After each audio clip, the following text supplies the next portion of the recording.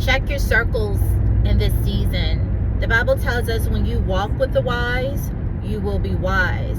But if you're sitting over there and your inner circle is Mo, Larry, and Curly, deaf, dumb, and blind spirit, then that is a sign of the spiritual state that you are in. Make sure that you are in this season surrounded by wise virgins, because we are locked and loaded and ready to go, full of the word, the sword of the spirit.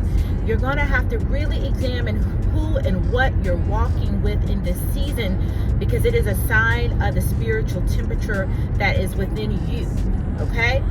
You know, when we talk about being equally yoked, it's not just about simply being with any believer. Equally yoked means that you are around people that can sharpen your iron.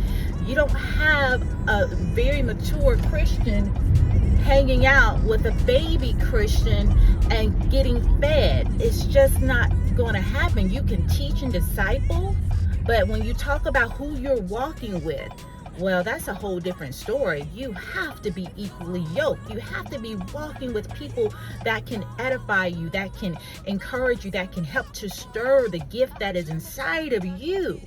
So, no.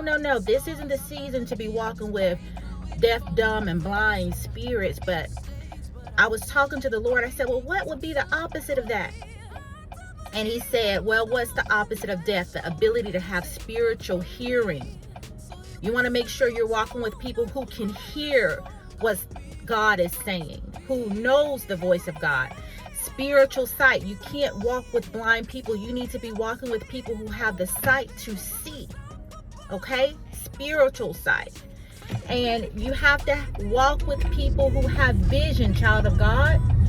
They know where they're going. They have a plan. They understand the times and seasons. So that's the opposite of walking with that deaf, blind, mute spirit. Check your circle.